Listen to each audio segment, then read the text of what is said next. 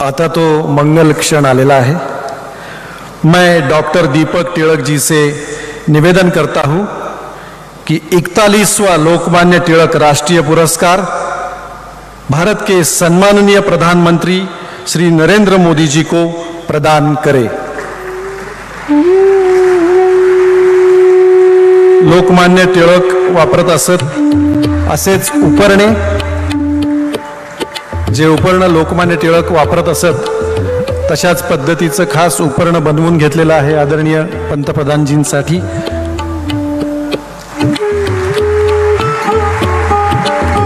लोकमान्य टिळक जी की पहचान पुणेरी पगड़ी और लोकमान्य जी का उत्तरीय, त्याचप्रमाणे सम्मान पत्र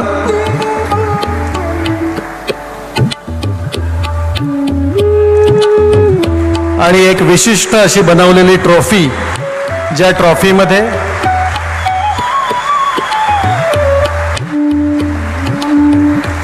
विशिष्ट ट्रॉफी, ज्या ट्रॉफीमध्ये आपण पाहू शकता श्रीमद भगवत गीता, त्याचप्रमाणे लोकमान्यांची पगडी, केसरीचा पहिला अंक आणि लोकमान्यांची प्रतिमा।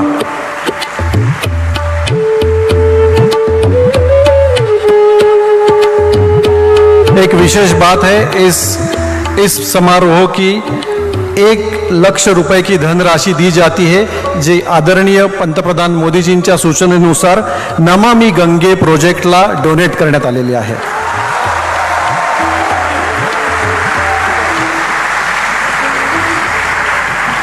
लोकमान्य टिळक राष्ट्रीय पुरस्कार से सम्मानित हुए आदरणीय प्रधानमंत्री श्री नरेंद्र मोदी जी, जिनके कार्य एवं विचार हमारी प्रेरणा है। आदरणीय मोदी जी, आपल्या कार्य कौशल्यामुळे, आपल्या कार्य कर्तृत्वामुळे आपण संपूर्ण जगामध्ये लोकप्रिय प्रधानमंत्री आहात, तरीही तुम्ही स्वतःला प्रधान सेवक म्हणवता आणि म्हणून आम्हा सगळ्यांना तुम्ही खूप आवडता। मैं आपसे प्रार्थना करता हूं, इस शुभ अवसर पर आप आपके मन की बात कहे।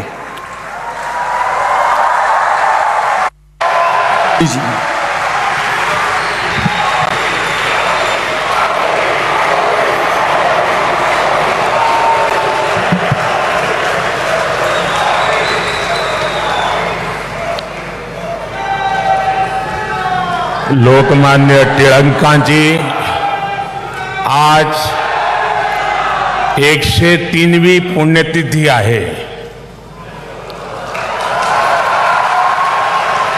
देशाला अनेक महानायक देण्याच्या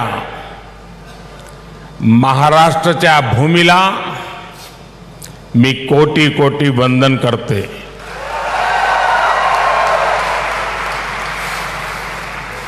कार्यक्रम में उपस्थित आदरणीय श्री शरद पवार जी, राज्यपाल श्रीमान रमेश बैस जी, महाराष्ट्र के मुख्यमंत्री श्रीमान एकनाथ शिंदे जी, उप मुख्यमंत्री श्रीमान देवेंद्र फडणवीस जी, उप मुख्यमंत्री श्रीमान अजीत पवार जी, ट्रस्ट के अध्यक्ष श्रीमान दीपक तिलक जी, पूर्व मुख्यमंत्री मेरे मित्र श्रीमान सुशील कुमार शिंदे जी, तिलक परिवार के सभी सम्मानित सदस्यगण एवं उपस्थित भाई और बहनों, आज का ये दिन मेरे लिए बहुत अहम है। मैं यहां आकर जितना उत्साहित हूं उतना ही भावुक भी हूं। आज हम सब के आदर्श और भारत के गौरव बाल गंगाधर तिलक जी की पुण्यतिथि है। साथ ही आज अन्ना भाऊ साठे जी की जन्म जयंती भी है। लोकमान्य तिलक जी तो हमारे स्वतंत्रता इतिहास के माथे के तिलक है।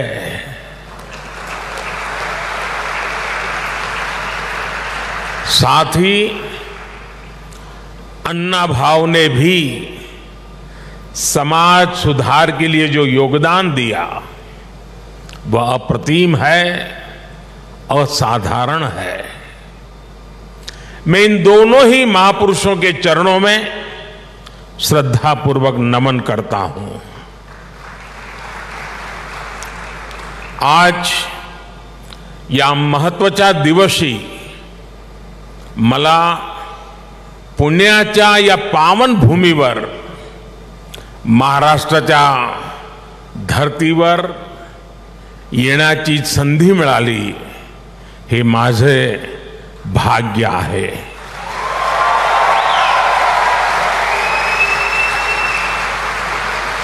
ये पुण्य भूमि छत्रपति शिवाजी महाराज की धरती है।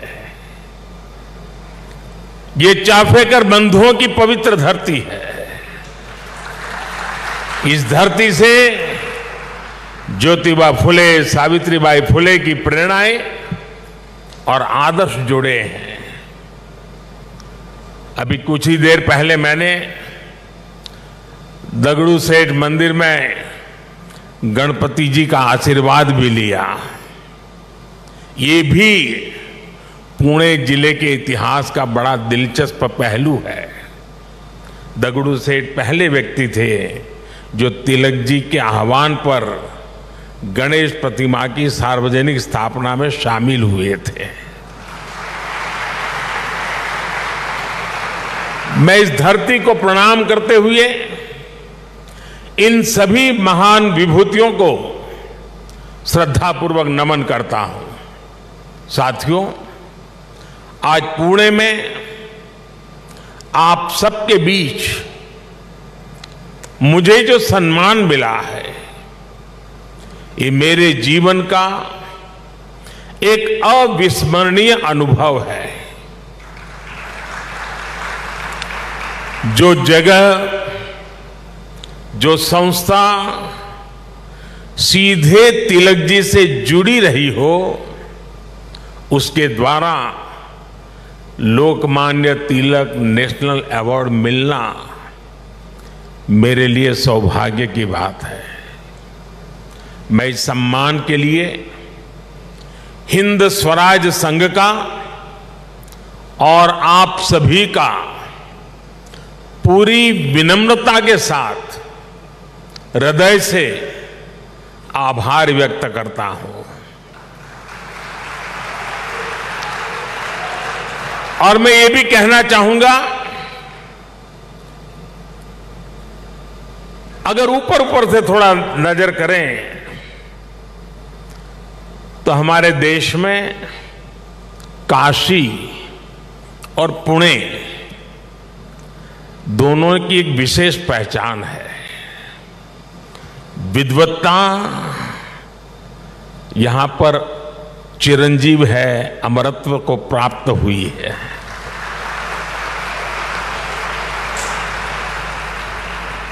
और जो पुणे नगरी विद्वत्ता की दूसरी पहचान हो, उस भूमि पे सम्मानित होना जीवन का इससे बड़ा कोई गर्व और संतोष की अनुभूति देने वाली घटना नहीं हो सकती है। लेकिन साथियों, जब कोई अवार्ड मिलता है तो उसके साथ ही हमारी जिम्मेदारी भी बढ़ जाती है। आज जब उस अवार्ड से तिलक जी का नाम जुड़ा हुआ हो तो दायित्व बोध और भी कई गुना बढ़ जाता है। मैं लोकमान्य तिलक नेशनल अवार्ड को 140 करोड़ देशवासियों के चरणों में समर्पित करता हूं।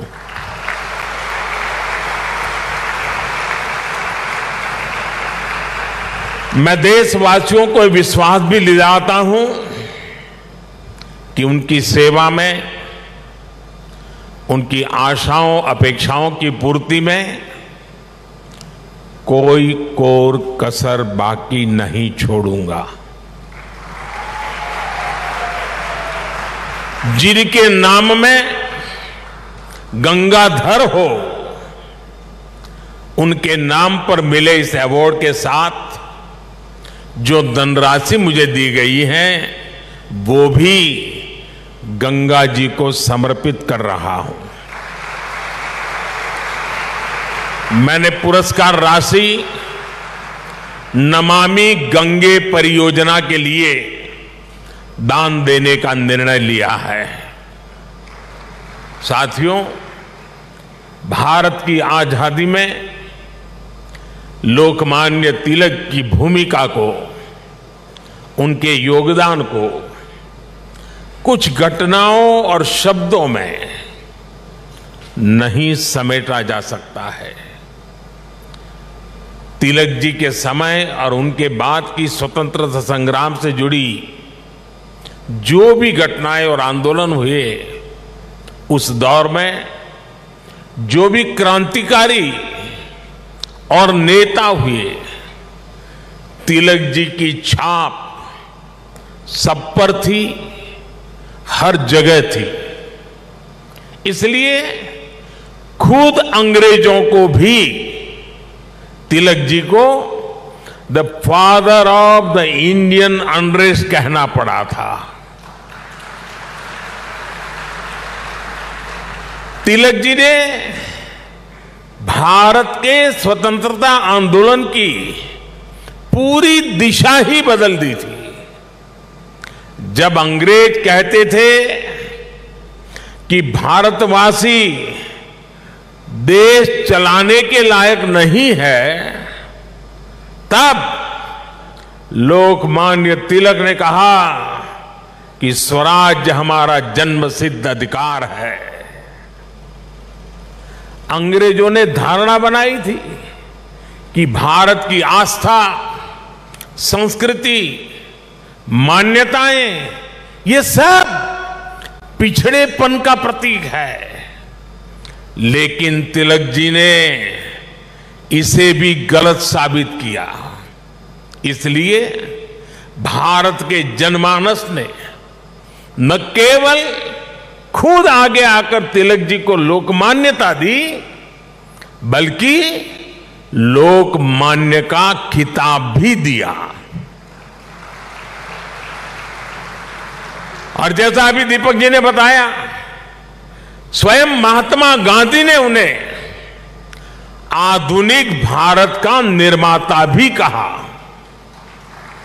हम कल्पना कर सकते हैं कि तिलक जी का चिंतन कितना व्यापक रहा होगा, उनका विजन कितना दूरदर्शी रहा होगा। साथियों, एक महान नेता वो होता है जो एक बड़े लक्ष्य के लिए न केवल खुद को समर्पित करता है, बल्कि उस लक्ष्य की प्राप्ति के लिए संस्थाएं और व्यवस्थाएं भी तैयार करता है। इसके लिए हमें सबको साथ लेकर आगे बढ़ना होता है, सबके विश्वास को आगे बढ़ाना होता है। लोकमान्य तिलक के जीवन में हमें ये सारी खूबियां दिखती हैं। उन्होंने अंग्रेजों ने जब उन्हें जेल में डाला, उन पर अत्याचार हुए, उन्होंने आजादी के लिए त्याग और बलिदान की पराकाष्ठा की। लेकिन साथ ही उन्होंने टीम स्पिरिट के, सहभाग और सहयोग के अनुकरणीय उदाहरण भी पेश किए। लाला लाजपत राय और बिपिन चंद्र पाल के साथ उनका विश्वास, उनकी आत्मीयता भारतीय स्वतंत्रता संग्राम का स्वर्णिम अध्याय है। आज भी जब बात होती है तो लाल बाल पाल के तीनों नाम एक त्रिशक्ति के रूप में याद किए जाते हैं। तिलक जी ने उस समय आजादी की आवाज को बुलंद करने के लिए पत्रकारिता और अखबार की अहमियत को भी समझा। अंग्रेजी में तिलक जी ने, जैसा शरद राव ने कहा, द मराठा साप्ताहिक शुरू किया। मराठी में गोपाल गणेश अगरकर और विष्णु शास्त्री चिपलुंकर जी के साथ मिलकर उन्होंने केसरी अखबार शुरू किया। 140 से भी ज्यादा समय से केसरी अनवरत आज भी महाराष्ट्र में छपता है, लोगों के बीच पढ़ा जाता है। ये इस बात का सबूत है कि तिलक जी ने कितनी मजबूत नींव पर संस्थाओं का निर्माण किया था। साथियों, संस्थाओं की तरह लोकमान्य तिलक ने परंपराओं को भी पोषित किया। उन्होंने समाज को जोड़ने के लिए सार्वजनिक गणपति महोत्सव की नींव डाली। उन्होंने छत्रपति शिवाजी महाराज के साहस और आदर्शों की ऊर्जा से समाज को भरने के लिए शिव जयंती का आयोजन शुरू किया। ये आयोजन भारत को सांस्कृतिक सूत्र में पिरोने के अभियान भी थे और इनमें पूर्ण स्वराज की संपूर्ण संकल्पना भी थी। यही भारत की समाज व्यवस्था की खासियत रही है। भारत ने हमेशा ऐसे नेतृत्व को जन्म दिया है जिसने आजादी जैसे बड़े लक्ष्यों के लिए भी संघर्ष किया और सामाजिक बुराइयों के खिलाफ नई दिशा भी दिखाई। आज की युवा पीढ़ी के लिए यह बहुत बड़ी सीख है।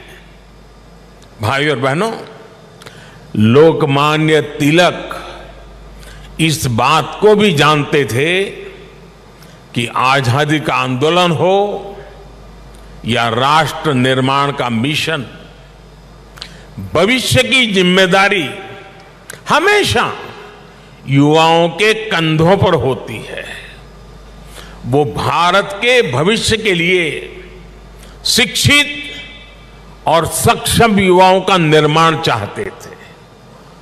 लोकमान्य में युवाओं की प्रतिभा पहचानने की जो दिव्य दृष्टि थी, इसका एक उदाहरण हमें वीर सावरकर से जुड़े घटनाक्रम में मिलता है।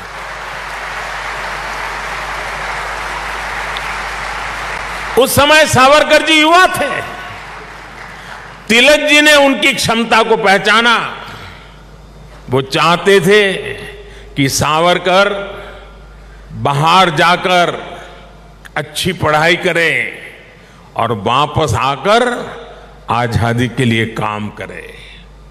ब्रिटेन में श्यामजी कृष्ण वर्मा ऐसे ही युवाओं को अवसर देने के लिए 2 स्कॉलरशिप चलाते थे। एक स्कॉलरशिप का नाम था छत्रपति शिवाजी स्कॉलरशिप और दूसरी स्कॉलरशिप का नाम था महाराणा प्रताप स्कॉलरशिप। वीर सावरकर के लिए तिलक जी ने श्यामजी कृष्ण वर्मा से सिफारिश की थी। इसका लाभ लेकर वो लंदन में बैरिस्टर बन सके। ऐसे कितने ही युवाओं को तिलक जी ने तैयार किया।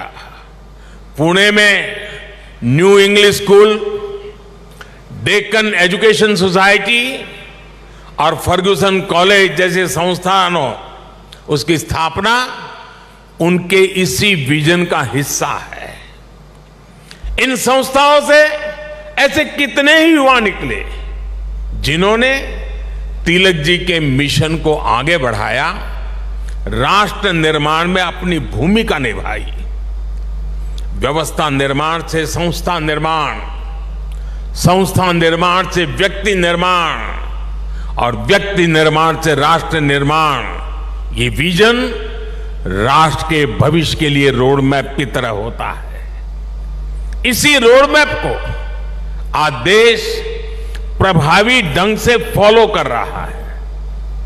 साथियों, वैसे तो तिलक जी पूरे भारत के लोकमान्य नेता है, लेकिन जैसे पुणे और महाराष्ट्र के लोगों के लिए उनका एक अलग स्थान है, वैसा ही रिश्ता गुजरात के लोगों का भी उनके साथ है।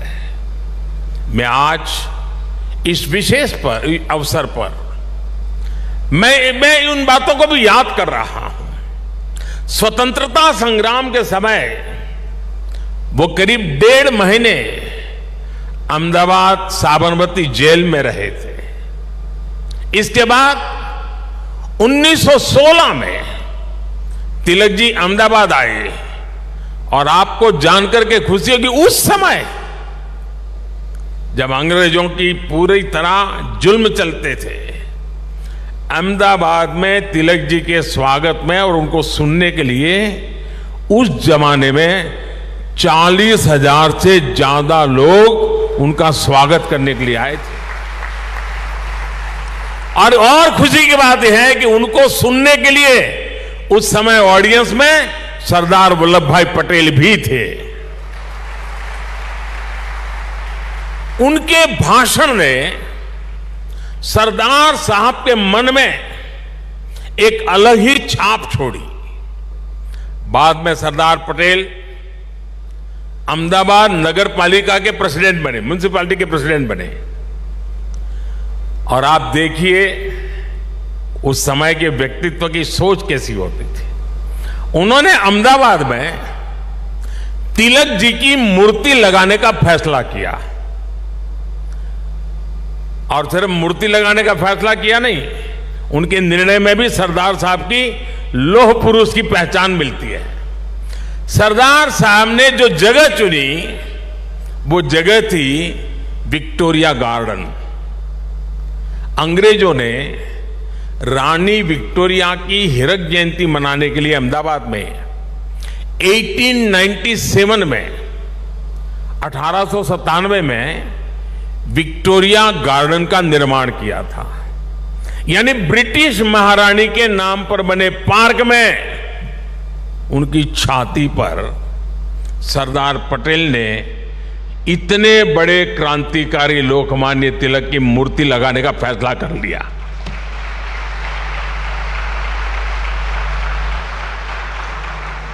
और उस समय सरदार साहब पर इसके खिलाफ कितना ही दबाव पड़ा, उन्हें रोकने की कोशिश हुई, लेकिन सरदार तो सरदार थे।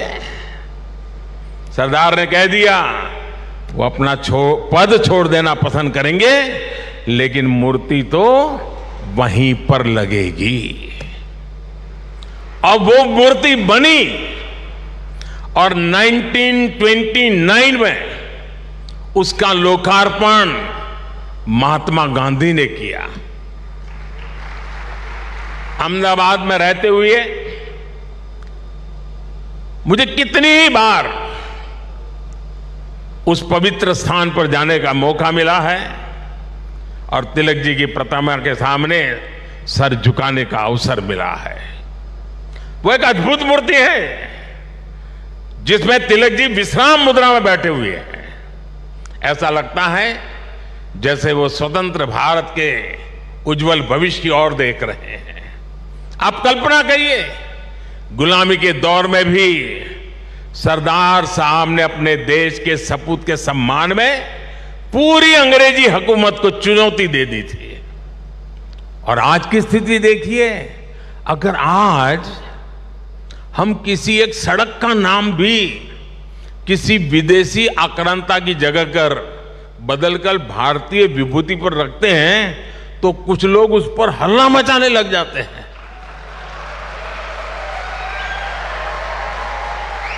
उनकी नींद खराब हो जाती है।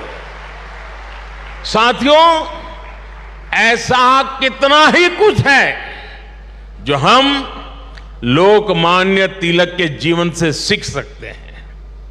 लोकमान्य तिलक गीता में निष्ठा रखने वाले व्यक्ति थे। वो गीता के कर्मयोग को जीने वाले व्यक्ति थे। अंग्रेजों ने उन्हें रोकने के लिए उन्हें भारत के दूर पूरब में मांडले की जेल में डाल दिया, लेकिन वहां भी तिलक जी ने गीता का अपना अध्ययन जारी रखा।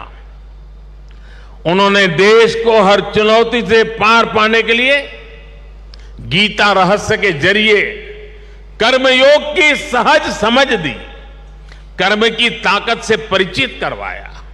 साथियों, बाल गंगाधर तिलक जी के व्यक्तित्व के एक और पहलू की तरफ मैं आज देश के युवा पीढ़ी का ध्यान आकर्षित करना चाहता हूं। तिलक जी की एक बड़ी विशेषता थी कि वो लोगों को खुद पर विश्वास करने के बड़े आग्रही थे और करना सिखाते थे। वो उन्हें आत्मविश्वास से भर देते थे। पिछली शताब्दी में जब लोगों के मन में ये बात बैठ गई थी कि भारत गुलामी की बेड़ियां नहीं तोड़ सकता, तिलक जी ने लोगों को आजादी का विश्वास दिया। उन्हें हमारे इतिहास पर विश्वास था, उन्हें हमारी संस्कृति पर विश्वास था, उन्हें अपने लोगों पर विश्वास था, उन्हें हमारे श्रमिकों उद्यमियों पर विश्वास था, उन्हें भारत के सामर्थ्य पर विश्वास था। भारत की बात आते ही कहा जाता था, यहां के लोग ऐसे ही हैं, हमारा कुछ नहीं हो सकता। लेकिन तिलक जी ने हीन भावना के इस मिथक को तोड़ने का प्रयास किया, देश को उसके सामर्थ्य का विश्वास दिलाया। साथियों, अविश्वास के वातावरण में देश का विकास संभव नहीं होता। कल मैं देख रहा था, पुणे के ही एक सज्जन श्रीमान मनोज पोचाट जी ने मुझे एक ट्वीट किया है। उन्होंने मुझे 10 साल पहले की मेरी पुणे यात्रा को याद दिलाया है। उस समय जिस फर्ग्यूसन कॉलेज की तिलक जी ने स्थापना की थी, उसमें मैंने तब के भारत में ट्रस्ट डेफिसिट की बात की थी। अब मनोज जी ने मुझे आग्रह किया है कि मैं ट्रस्ट डेफिसिट से ट्रस्ट सरप्लस तक की देश की यात्रा के बारे में बात करूं। मैं मनोज जी का आभार व्यक्त करूंगा कि उन्होंने इस अहम विषय को उठाया है। भाई और बहनों, आज भारत में ट्रस्ट सरप्लस पॉलिसी में भी दिखाई देता है और देशवासियों के परिश्रम में भी झलकता है। बीते 9 वर्षों में भारत के लोगों ने बड़े बड़े बदलावों की नींव रखी, बड़े बड़े परिवर्तन करके दिखाए। आखिर कैसे भारत दुनिया की 5वीं सबसे बड़ी अर्थव्यवस्था बन गया? ये भारत के लोग ही हैं जिन्होंने ये करके दिखाया। आज देश हर क्षेत्र में अपने आप पर भरोसा कर रहा है और अपने नागरिकों पर भी भरोसा कर रहा है। कोरोना के संकट काल में भारत ने अपने वैज्ञानिकों पर विश्वास किया और उन्होंने मेड इन इंडिया वैक्सीन बनाकर दिखाई और पुणे ने भी उसमें बड़ी भूमिका निभाई। हम आत्मनिर्भर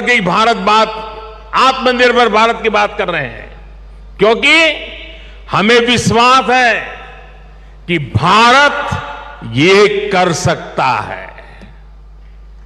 हम देश के आम आदमी को बिना गारंटी का मुद्रा लोन दे रहे हैं क्योंकि हमें उसकी ईमानदारी पर, उसकी कर्तव्य शक्ति पर विश्वास है।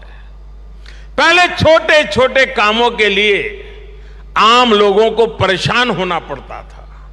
आज ज्यादातर काम मोबाइल पर एक क्लिक पर हो रहे हैं। कागजों को अटैच करने के लिए आपके अपने हस्ताक्षर पर भी आज सरकार विश्वास कर रही है।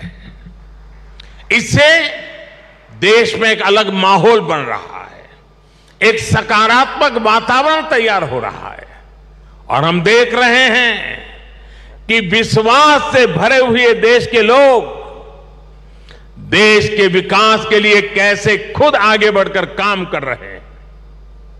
स्वच्छ भारत आंदोलन को इस जन विश्वास ने ही जन आंदोलन में बदला।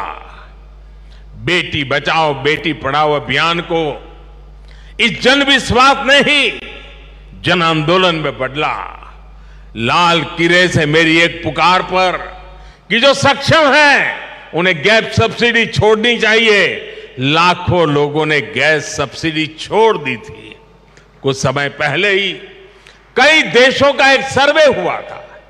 इस सर्वे में सामने आया कि जिस देश के नागरिकों को अपनी सरकार में सबसे ज्यादा विश्वास है, उस सर्वे ने बताया उस देश का नाम भारत है।